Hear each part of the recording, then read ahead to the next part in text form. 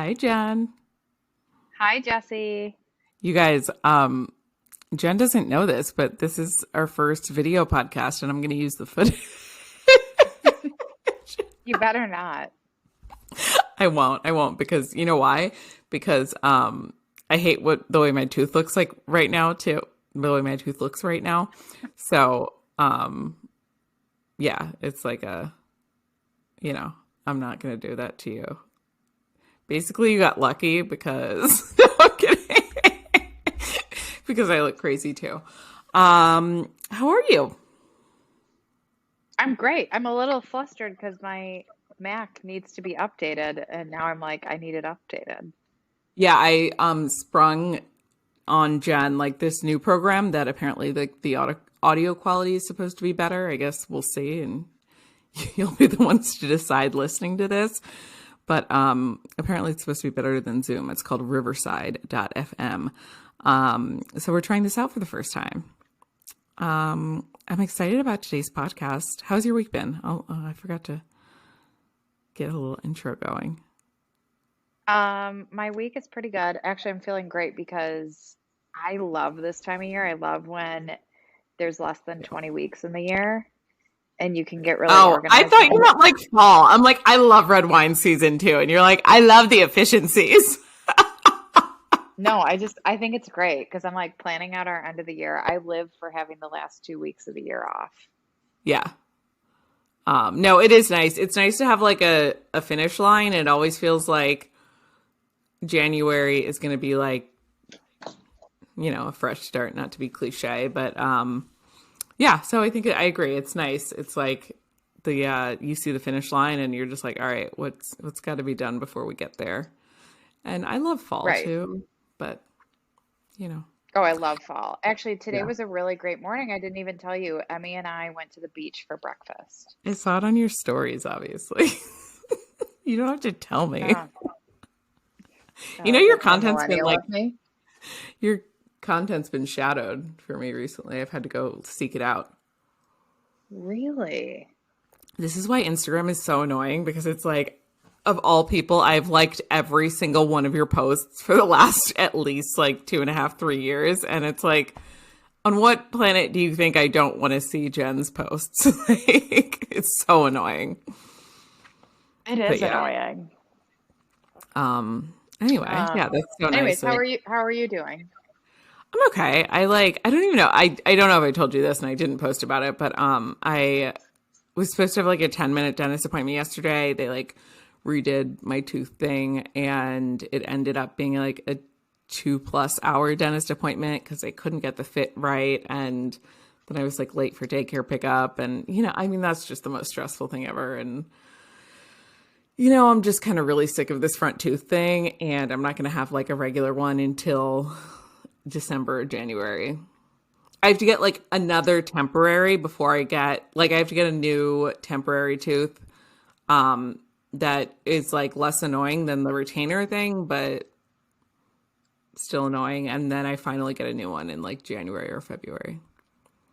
That is really frustrating. Really a process. Anyway, I don't know. So I'm fine. But that was like an annoying, that would annoy you. Someone like randomly going a 10-minute meeting that goes to 2 hours. Oh, I'd get up and leave. Opt out. Tooth or no tooth, I'm out. Jen would be like, we'll just have to look crazy, I guess. I'll live without a tooth. I can't waste 2 hours. Gotta go. Anyway, I'm excited for today's episode. We are talking about imposter syndrome. So this is like such a hot topic and it's interesting because I think we've all had times where we've dealt with this, but it seems to really affect some people more than others. And I love this topic because I think that like there are a lot of personal stories and hearing other people's stories always like inspires me to get through my imposter syndrome or like get over it and just like keep going. And so I know that we have some personal stories to share and some like example client stories to share. But I guess we'll just dive right in. I think one of the funniest things, and it's hard because like when I say this, I don't want to act like I'm really not being self-deprecating. I'm not like, and it's hard to balance and be like, no one knows what they're doing because people are like, but we pay you a lot of money to not know what you're doing. Like we know what we're doing. Relax. Like it's not like that. But I do think, especially when you're first starting out with something, and if you're doing anything interesting, like you can't know everything before you start, or someone will do it before you. Like someone's always going to beat you because like people just start doing it unprepared. And you kind of have to start everything in a way that you're unprepared because you just can't know everything. Like you just can't. When you started, I think like, obviously we did TMG together, but when you started Girl Meets Party, did you feel like you had imposter syndrome? See, the other funny thing, and I'll talk about this more, but like Jen doesn't suffer with imposter syndrome as much as the rest of us. That's fake. I have imposter syndrome too. You do. I think you push through it faster. I think that's just because there's no shame in my game. Yeah, you have no shame. Maybe that's a better way to put it. Yeah. So anyway, tell me about starting Girl Meets Party. Girl Meets Party, for anyone who doesn't know, was Jen's first business that she started when she left her corporate job. Well, before she left, but then took full time. Yeah, I had major imposter syndrome when I started that because I was working full time. And I feel like now, even though it's only been 6 years since I started it, now it's so much more socially acceptable to have a side hustle. At the time, it seemed like it was really frowned upon. Like I had to go on the record with work to tell them that I had a side hustle. Now it's like you're kind of a loser if you don't. Totally. But anyways, I had this like secret business that I didn't tell anyone about at work for the longest time. And I didn't have kids then. So I was working like nights and weekends pretty much around the clock trying to build this. And I had interns working for me. And I felt like I was living two lives. Yeah. I actually feel like what is more relevant is when I left Miller Coors, I had been doing Girl Meets Party for 3 years, but still didn't totally know what my vision was. Yep. And I really let that unfold organically. And it still to this day is the most uncomfortable thing I've ever done. Yeah. Because people would say like, what do you do? Who are you? And I couldn't answer that question succinctly. No. And it made me so uncomfortable. So I actually think that's one of the reasons, because when I talk to people about consulting, they're always like, oh, you must do so well because you tap your network because you have so much experience and all these contacts. And I felt like such an imposter when I went full time. I've actually never tapped my network. So that's funny.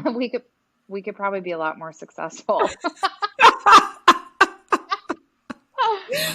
But I didn't feel comfortable with it. And so I never tapped my network and kind of restarted my reputation. Yeah.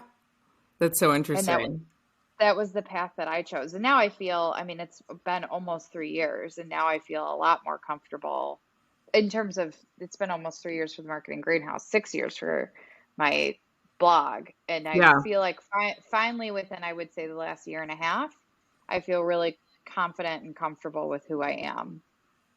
Yeah, I actually agree with that. I think the same kind of last year and a half has been like really life-changing.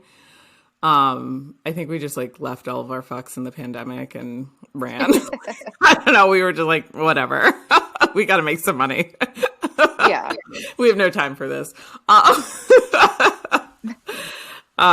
Yeah, it's funny because when you talk about side hustles, Ten Swim, which was kind of, the first business I really started, it must have been around the same time. And I remember feeling like that too. Like it was almost like if you hadn't like gotten $3 million in funding, then you were just a joke. You know what I mean? Like if you hadn't, like if you weren't like huge, then it was like no one cared. And that was probably partially informed by like girl boss culture of like the early 2000s, like Yeah. 2010s, you know, like all that was really big then. But I think what's interesting and like it's like a mission of mine to make sure that people don't make these mistakes. And granted, like I always say that like, you know, 10 swim was fine and we didn't lose any money on it. So like it is what it is. You know what I mean? It's like it's not like it was a fail, and I learned so much from it, so that, you know, it is what it is again. But one of the things I see so many people doing with like starting small businesses is like having this embarrassment or something where I remember I felt so stupid for some reason. Like I felt dumb. I felt like it was a joke. I had literally out of thin air with my sister and Kyle, who is now my husband, but this was like 3 months after meeting him, and he designed our whole brand because, you know, he's in creative, and we had zero background or knowledge of the fashion industry. We literally, like in New York City, designed the swimsuits, found a manufacturer in China, literally like back and forth with designers, like showing them, and like, you know, I don't even know. It was like a whole thing, and made, I'm forgetting the name of it, but the patterns and everything else, went like to the fashion district and like picked out the fabric, having zero understanding or knowledge of fabric or anything. Again, I was also 24 at this point and got these suits manufactured in like multiple colors, multiple styles, launched them, built the site, all of this. And like, I just remember still being like so nervous and felt so stupid for like, I was like, people think this is a joke. No one's going to take it seriously. And I'm just like, oh my God, if I had like been where I am today and leaned into it and just had no shame, it would have been a completely different business that I probably could have sold for like a good chunk of money. But like, I was just so, there was something where I was just like, and it was like, I would meet people, or not meet people, but like run into people, and they're like, I didn't even know you owned a swimwear line. And I'm like, how stupid am I that like you don't know, you know what I mean? Like that's so crazy to me that I had any sort of like qualms about like just throwing it on everyone's faces and like telling everyone what I was doing. And it was just so interesting looking back. And it's funny because I had a friend recently who I know her from college, and we follow each other on Instagram and have kept in touch. She was in New York at the same time, and she launched a company recently, and I was like, how did I not know you owned this? Like, I didn't know this was your company. I need you to start spamming me with things. I need you to start spamming everyone. Are you like, I was like, I want you to not ever shut up about this. This is incredible. And like, you know, I like went on this whole like soapbox, like, don't make the same mistake I made. You need to tell everyone. People want to support you, but like they can't do that if they don't know what you're doing. They do. And it's just, it's so, I don't know. It's so, and like, all of that is really not to be like, you see, I'm so great. I built it. Like it's really looking back and being like, that was really stupid of me to let my like shame or cringe or like embarrassment, like stop me from really making money. But like, you know, getting the credit I deserved for what I was building at 24, you know, and like all the work. And it's funny because I've run into like bigger people at events in the fashion industry, and I'll like tell them, and they're like, but what do you mean? And I'm like, yeah. So they're like, well, how'd you find manufacturers if you like didn't have any connections? I'm like, I Googled it. Like, I don't know. I Googled it. Like, and it's so interesting because we so quick to like downplay our own accomplishments and downplay things and it's funny because I always joke that like if I had any background in the industry, I never would have been able to do what I did because like everyone else is like, no, that's like a really complicated thing. And I'm like, it's not that complicated. I just Googled it. It's not that serious, you know, but apparently it can be a lot more complicated. And, I don't know. Anyway, I just think like we're so quick to downplay like the things we're doing when usually they're pretty damn impressive. Like starting any sort of business is impressive. Like it's like period. I don't know. Yeah, it is. So, I also think so. I think it's important to find. So there will always be people who ask a million questions, and then there will always be people who are super supportive. And I think it's really important to hang on to the people who are so supportive and figure mhm, out a way to block out the people who are not. I agree. Because we have a tendency to focus on the people who are not super supportive. Yeah. I actually think, and this credit goes to Kate Kennedy, who has now the incredibly successful Be There in Five podcast. Her early podcast episodes are probably a great place to, if you want like some like inspiration, because she used to joke about like just tap dancing for followers or likes or listeners, and like I don't know how many of us were really listening at that point, but it wasn't many, and now it's in the millions, which is incredible. But she used to say that like she would like block her friends and family when she was doing stories or when she like on Instagram, because she was overthinking like the content she was creating, and she's like, and it wasn't for them. And so to like get over that hump, she just blocked them. And I was like, genius. Like if you are feeling so like nervous or self-conscious, like just block people. Like you don't have, the people that are close to you, or if you feel like someone's not supportive. And honestly, a lot of times people close to you can not be supportive, not because they don't want you to do well, but like they're like projecting on you and they're scared for you. And if like that energy is affecting you, you got to like block that out and just like get past it. Yeah, I totally agree. What do you think about, we have clients a lot of the time saying like, like, oh, so-and-so, I saw this other account or this other person doing something, and, like they don't even have the credentials, or they don't even have this, or like they're not as good, or their product isn't as good as mine, like, but they're doing so much better. What do you think about that? So I overall, and I think this is why you say I get over imposter syndrome quickly. I've always been the kind of person that can focus on myself instead of the people around me. Mm-hmm.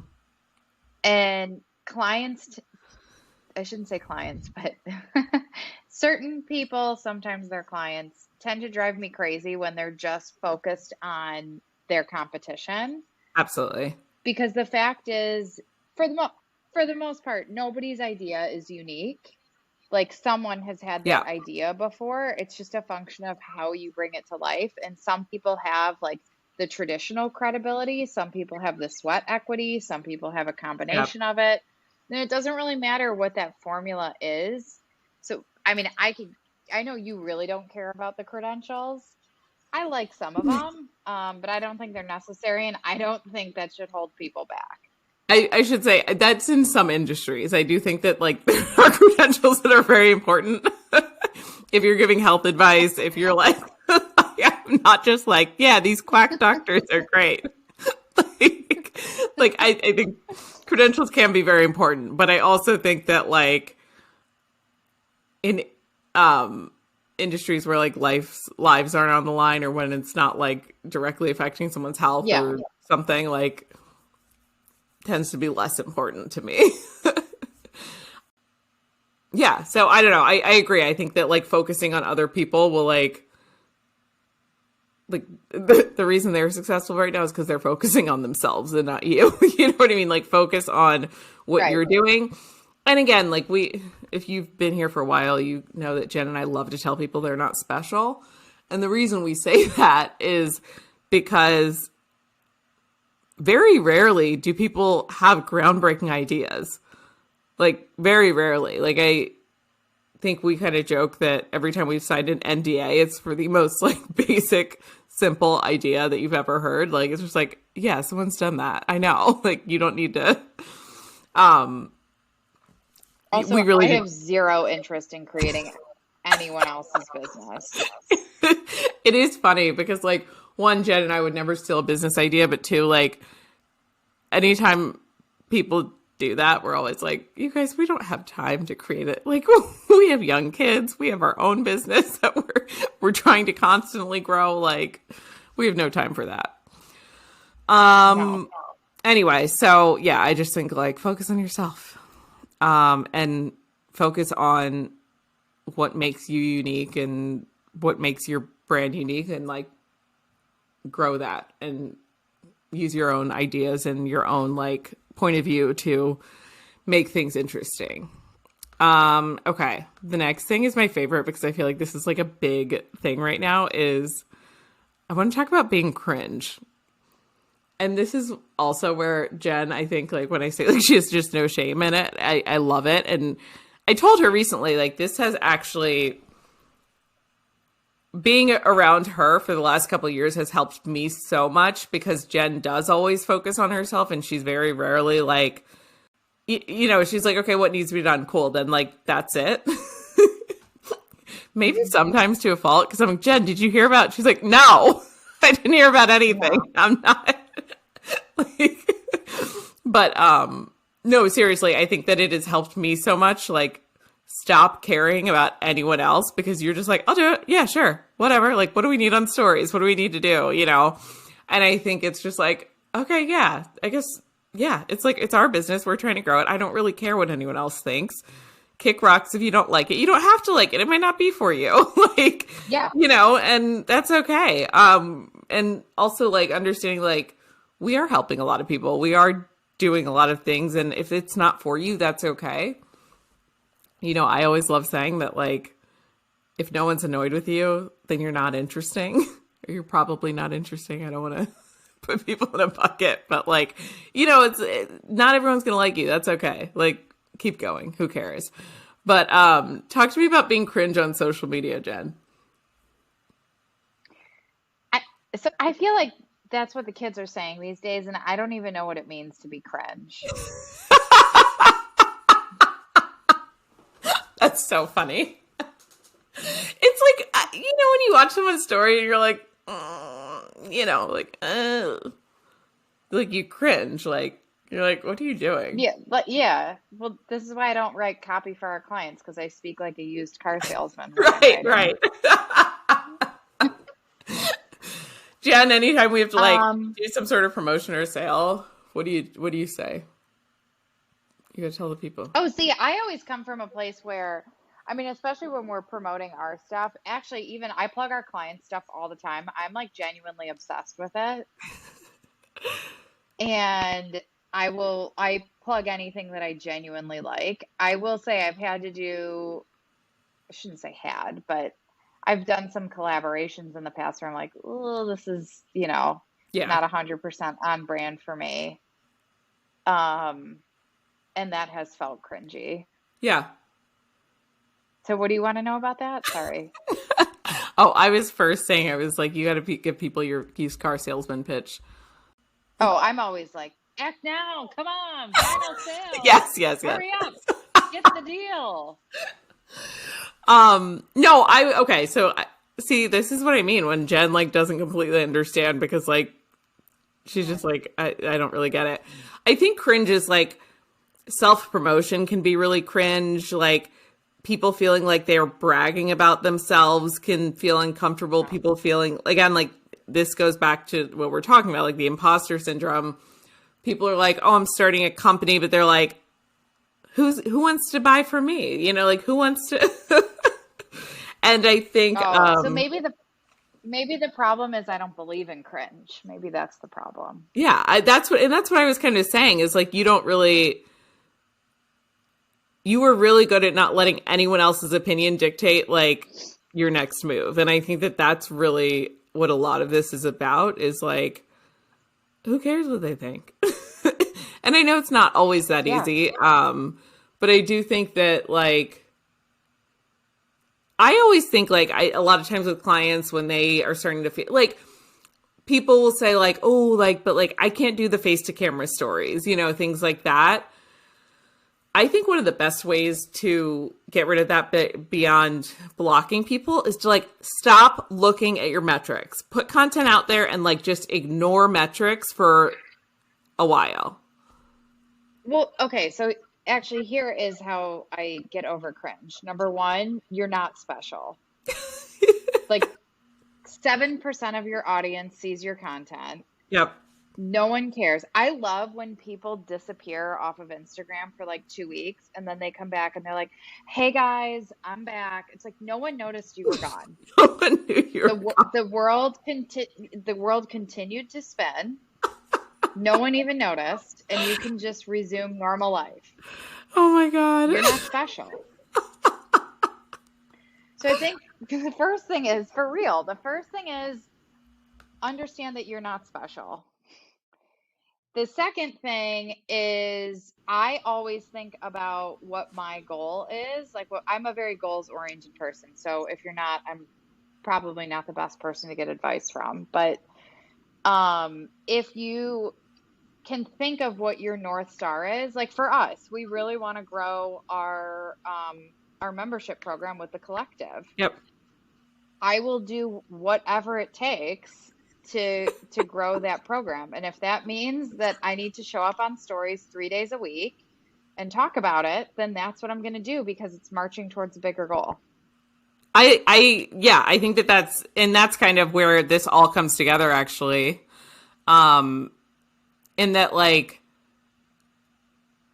with a personal brand and like a purpose behind everything, it's easier. Like, there's your North Star. You have something instead of just being like, why am I? And maybe that's where all the cringe comes from, is because you're like, why am I talking on stories? You know, and you feel like sometimes other people, you don't want to be that girl or whatever that means. I know that that's like taking a whole meaning of its own, but like the whole, like you're trying not to be someone else, but like you're already not that person, so it doesn't really matter. So, you know, like you're saying, like someone comes on and is like, I know y'all miss me. Like no one missed you. No one realized you were gone.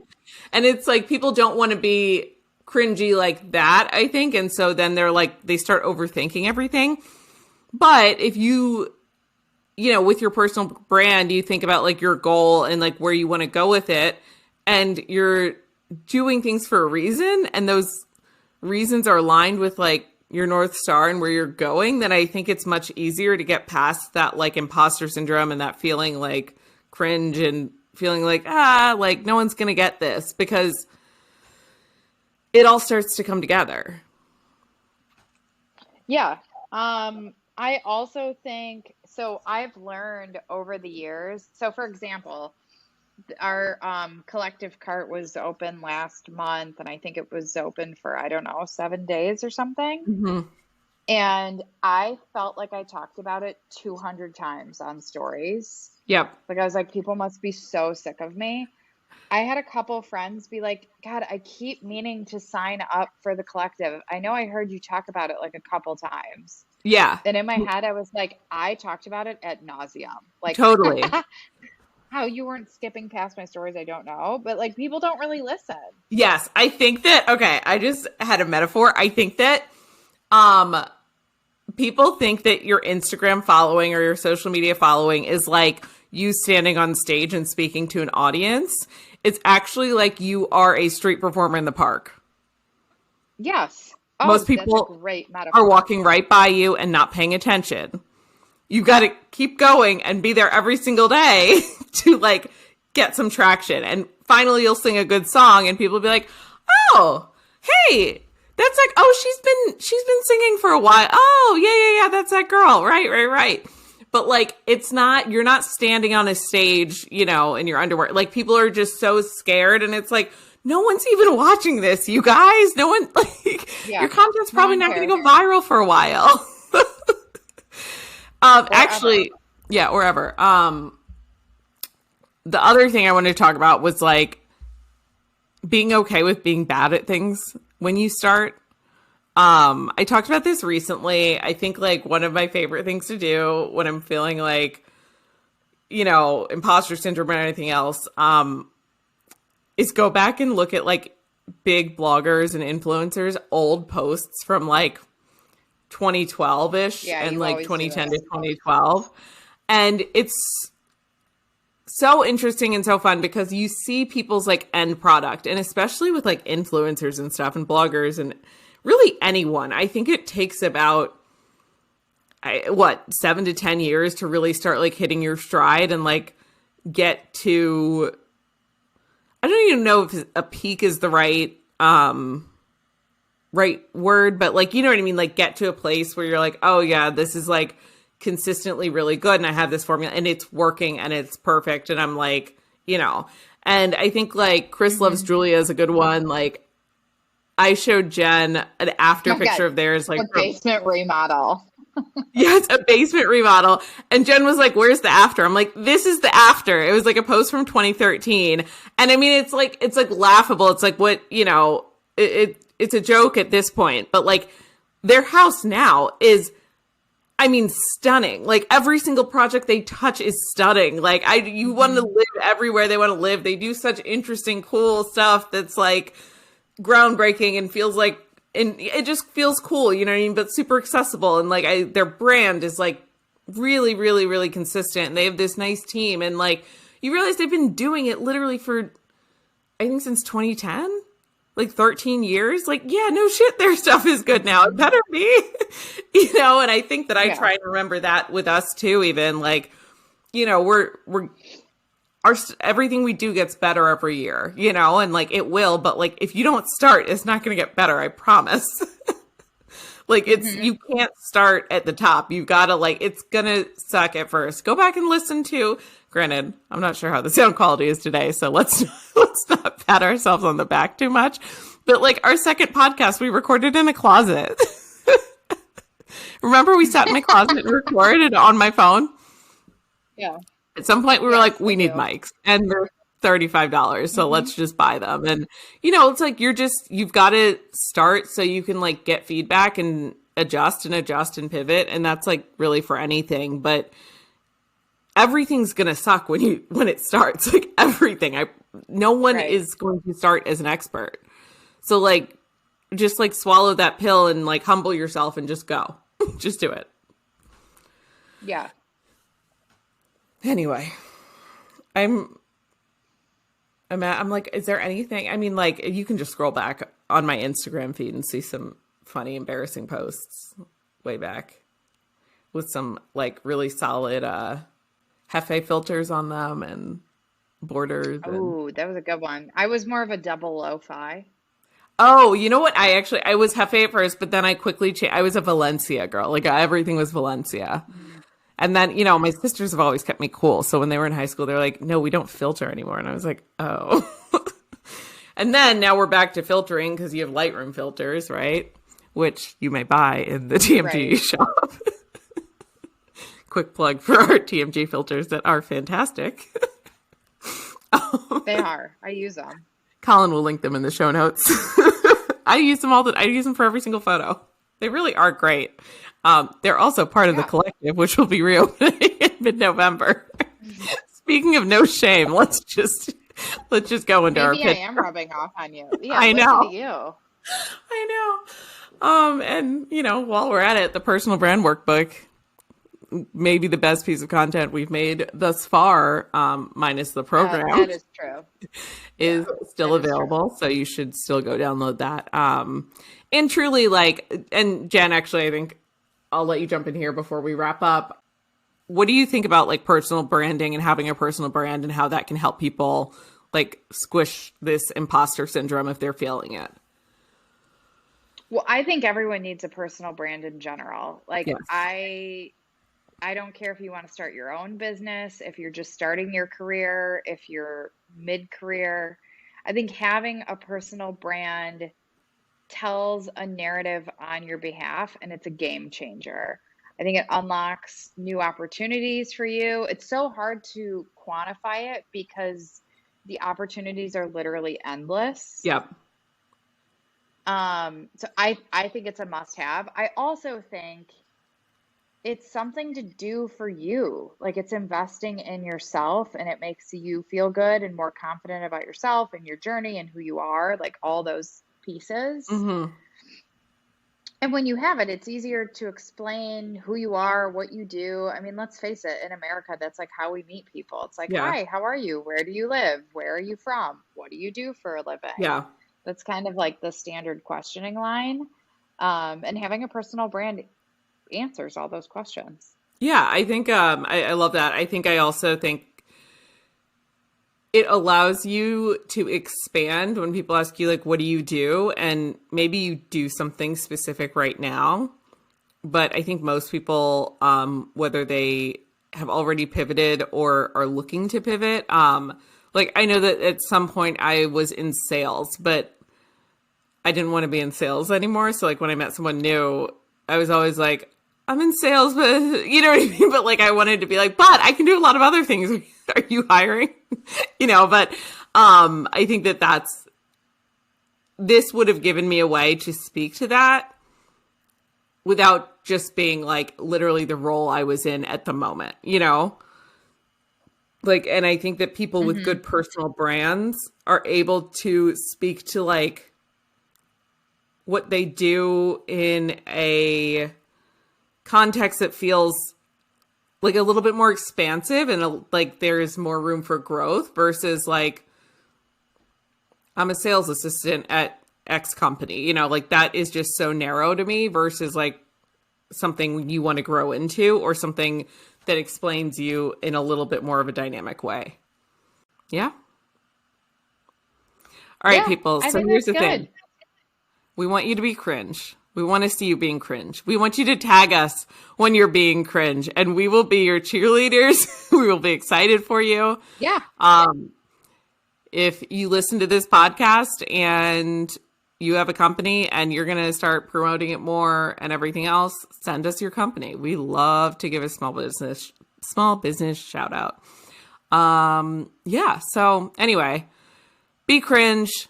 Let's get over the hump. Let's start self-promoting. And if you need help getting there, head to the show notes and download the personal blueprint. There are a lot of like the personal blueprint program workbook and get started there. Anything else you want to say before we go, Jen? No, I just want to say we've been real consistent. We'll see you again next week. Yeah, we'll see. Did anyone listen to the podcast last week where we just rambled? I don't know. That's your job to tell me. Oh, God, we should check. Anyway. All right. Love you guys. See you next week. Bye.